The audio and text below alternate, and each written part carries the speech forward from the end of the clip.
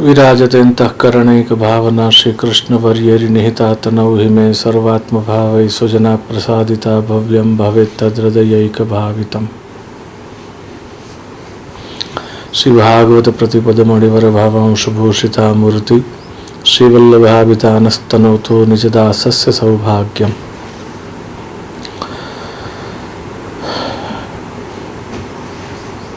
वल्लभ कुल विदुषी परम पूजनीय श्रावणीना नामथी जेओ प्रसिद्ध छे एवा परम पूज्य गोस्वामी कुल तिलका 108 श्री इंदिरा बेटीजी महोदया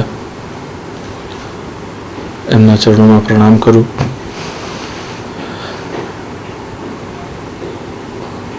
पूज्य जीजीना 75मा वर्षમાં પ્રવેશમાં એટલે કે અમૃત વર્ષ અમૃત પર્વ નિમિત્તે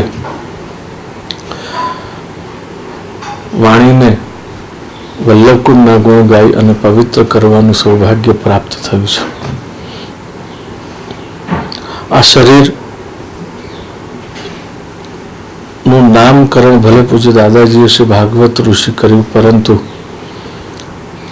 એને સાર્થક કરવા માટે શ્રીમદ ભાગવતમાં પ્રવેશ કરાવવા માટે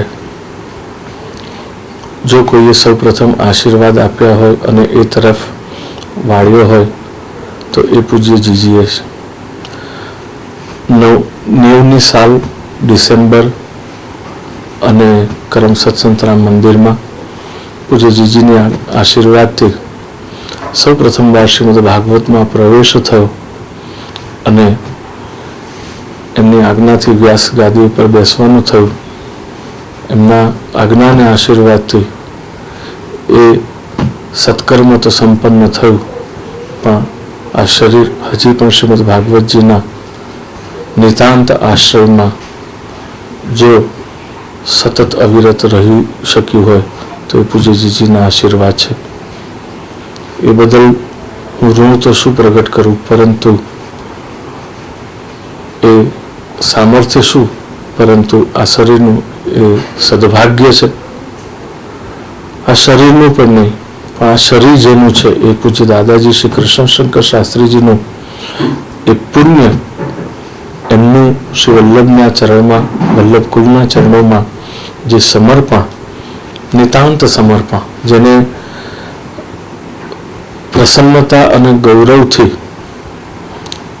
અભિવાદન કરતા વલ્લભકુલ પણ ન થાકે, એ પૂજ્ય દાદાજીનું આ શરીર છે। અને એ પૂજ્ય દાદાજીના પુણ્યને કારણે આ શરીર ઉપર પૂજ્ય જીજીની એટલી કૃપા। હું આ શરીરની ક્યાં વાત કરું, પરંતુ પૂજ્ય દાદાજીના જીવનના ઘણા બધા પ્રસંગો જો હું યાદ કરું, ભાગવત વિદ્યાપીઠની શરૂઆત હોય, વલ્લભ નિધિની શરૂઆત હોય, વલ્લભ નિધિ લંડનની શરૂઆત હોય, કે વલ્લભ નિધિનો પાયો નાખતા પહેલા સૌથી પહેલા 1008 લોટીજી મહોત્સવ લંડનની અંદર જ્યારે સૌ પ્રથમવાર ભારતની બહાર વિશ્વમાં જો ક્યાંય થયું હોય તો લંડનમાં થયું હતું। પૂજ્ય દાદાજીના નિવેદનને સ્વીકારી અને પૂજ્ય જીજી પધાર્યા અને લંડનમાં જે મોટો મહોત્સવ થયો, એટલો મોટો મહોત્સવ થયો કે જેને આજના દિવસમાં પણ હજી લોકો સુવર્ણમય ઇતિહાસ તરીકે વાગોળે છે અને વાગોળતા થાકતા નથી કે એવો મહોત્સવ હજી સુધી થયો નથી। એ જે મહોત્સવ થયો પછી તો મહોત્સવની પરંપરાઓ ત્યાં સર્જાઈ। પૂજ્ય દાદાજીને પૂજ્ય જીજીનો પૂરેપૂરો સાથ સહકાર અને જ્યાં ક્યાંય પણ પૂજ્ય દાદાજી નિવેદન કરે તો વલ્લભીય જે જનો છે એ લોકોના સેવાર્થે, એ લોકોના હિતાર્થે, વૈષ્ણવોના હિતાર્થે જ્યાં જ્યાં પૂજ્ય દાદાજીએ નિવેદન કર્યું, અમેરિકાની અંદર પહેલીવાર, લંડનમાં, મુંબઈમાં, અહીંયા ભાગવત વિદ્યાપીઠમાં પણ ઘણા બધા પ્રકલ્પો અને ઘણા બધા પ્રસંગોની અંદર પૂજ્ય જીજીએ કૃપા કરી।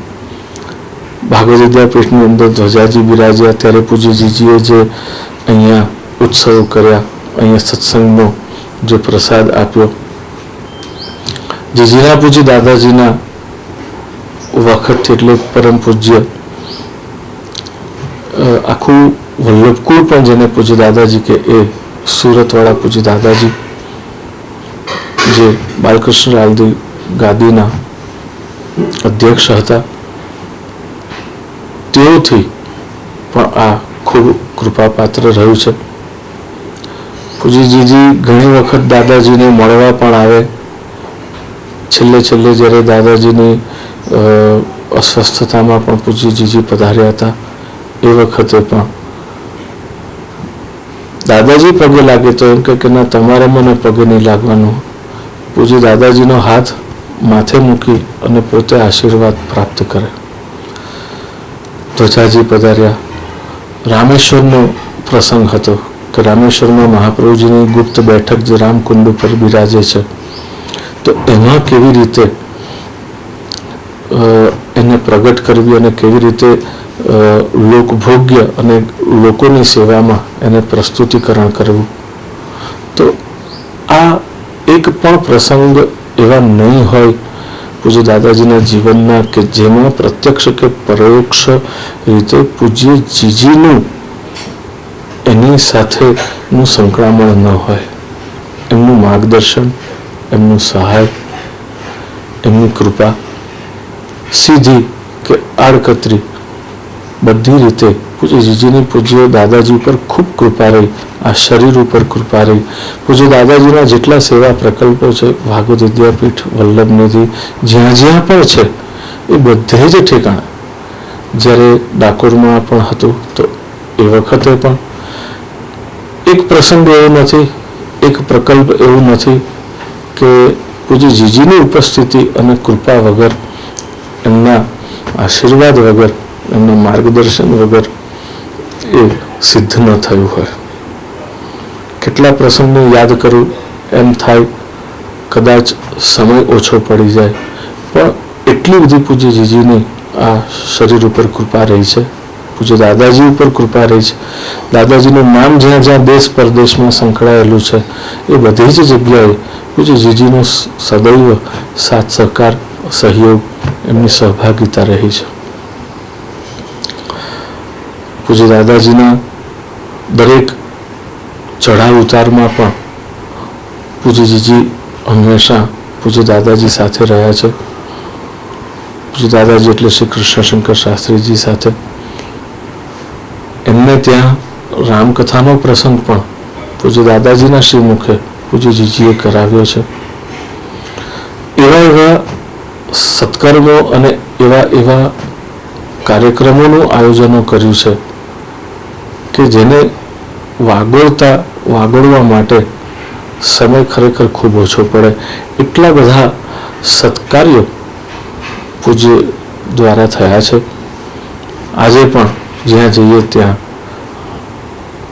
એમના જ યશોગાથાને વાગોળવાનો અવસર પ્રાપ્ત થાય છે. પૂજ્ય જીજીના અમૃત પર્વ પ્રસંગમાં હું તો બીજું શું નાની મોઢે કંઈ કહી શકું, પરંતુ એટલી ચોક્કસ પ્રાર્થના કરું છું કે પૂજ્ય જીજીનો આ અમૃત પર્વ એક દિવસ એમનો એવો નહીં હોય અત્યાર સુધીનો કે જે લોક કલ્યાણમાં, લોક કાર્યોમાં, લોકોપકારી કાર્યોમાં એમનો ઉપયોગ ન થયો હોય. એક પણ ક્ષણ એમની પોતાના માટે ક્યારેય આપણને જોવા મળી નથી. પૂજ્ય જીજીએ પોતે પણ જ્યાં જ્યાં જે કોઈ પણ સેવા પ્રકલ્પો કર્યા છે તે બધા જ ઠેકાણે કેવલ કેમ કરીને વૈષ્ણવ પ્રભુ સન્મુખ થાય, પ્રભુના વધુને વધુ કૃપાપાત્ર બને. નિત્ય એવા ચર્ચા સત્ર, શિબિરો, એવા સત્રો, અભ્યાસ સત્રો વગેરેનું સતત આયોજન થાય કે જેની અંદર જીવ અનેક રીતે કેવલ ભગવદ પ્રીતિવાળો બને. તો આવા પૂજ્ય જીજીના અમૃત પર્વ પ્રસંગમાં સ્વયં વલ્લભકુલ છે, અવતારી કાર્ય કરે છે શ્રાવણીના નામથી, અને વાણી અને ઇન્દ્રિયોનો પોતે પોતાના જીવનને એક્ઝામ્પલ બનાવી અને એક શ્રેષ્ઠ લીડરશીપનું દ્રષ્ટાંત પૂરું પાડે છે કે પોતે એ પ્રમાણે જીવી અને લોકોને પ્રભુ તરફ કેમ વળવું એમ પોતાના જીવન દ્વારા એક રોલ મોડેલ એસ્ટાબ્લિશ કરે છે. તો પૂજ્ય જીજીના આ અમૃત પર્વ પ્રસંગમાં કેવલ એટલી જ પ્રાર્થના કરીશ કે ભાગવત વિદ્યાપીઠ, વલ્લભનિધિ, કૃષ્ણનિધિ, પૂજ્ય દાદાજીનું રક્તકુલ, હૃદયકુલ ને માનસકુલ ત્રણેય કુલ તરફથી અમે વંદના કરું છું અને પ્રસન્નતા અને ગૌરવ અનુભવીએ છીએ કે અમારા આ ત્રણેય કુલ ઉપર, પૂજ્ય દાદાજીના આ ત્રણેય કુલ ઉપર પૂજ્ય જીજીની અનેક કૃપા દ્રષ્ટિ રહેલી છે. સદૈવ એમની કૃપા દ્રષ્ટિ રહે અને પૂજ્ય જીજીના નિરામય દીર્ઘાયુ માટે પ્રાર્થના કરું છું. કેવલ 2 શ્લોક છે ભાગવતના, એ શ્લોક આ પર્વ પ્રસંગે હું પ્રસ્તુત કરું છું કે પૂજ્ય દાદાજીની કાનેથી જીજીના અમૃત પર્વ માટે ઠાકોરજી આ પ્રાર્થનાને સ્વીકાર કરે અને ઠાકોરજી આ પ્રાર્થનામાં, આ મંત્રમાં રહેલી જે ભાવના છે, જે પ્રસાદ છે, એ સમગ્ર વિશ્વને પૂજ્ય જીજીના અમૃત પર્વ પ્રસંગે બધાને પ્રદાન કરે. એ જ શુભેચ્છા અને પ્રાર્થના, મંગલ પ્રાર્થના કરી 2 શ્લોક સાથે વાણીને વલ્લભકુલની યશોગાથા, ગુણગાથા ગાઈ અને વિરમું છું. સ્વસ્ત્યસ્તુ વિશ્વસ્ય ખલ પ્રસીદતામ ધ્યાયન્તુ ભૂતાનિ શિવમ મિથો ધિયા મનશ્ચ ભદ્રં ભજતા દધુક્ષજે આવેશ્યતામ નો મતિરપ્યહૈતુકી. સ્વસ્ત્યસ્તુ તે કુશલમસ્તુ ચિરાયુરસ્તુ ગોવાજીરસ્તુ જનધાન્ય સમૃદ્ધિરસ્તુ ઐશ્વર્યમસ્તુ બલમસ્તુ રિપુક્ષયોસ્તુ વંશે સદૈવ ભવતામ હરિભક્તિરસ્તુ. માર્કંડેય મહાભાગ સપ્તકલ્પાંત જીવનમ આયુરારોગ્યૈશ્વર્યમ દેહિ તે નરપુંગવ. માર્કંડેય મહાભાગ સપ્તકલ્પાંત જીવનમ આયુરારોગ્યૈશ્વર્યમ દેહિ તે નરપુંગવ. માર્કંડેય મહાભાગ સપ્તકલ્પાંત જીવનમ આયુરારોગ્યૈશ્વર્યમ દેહિ તે નરપુંગવ.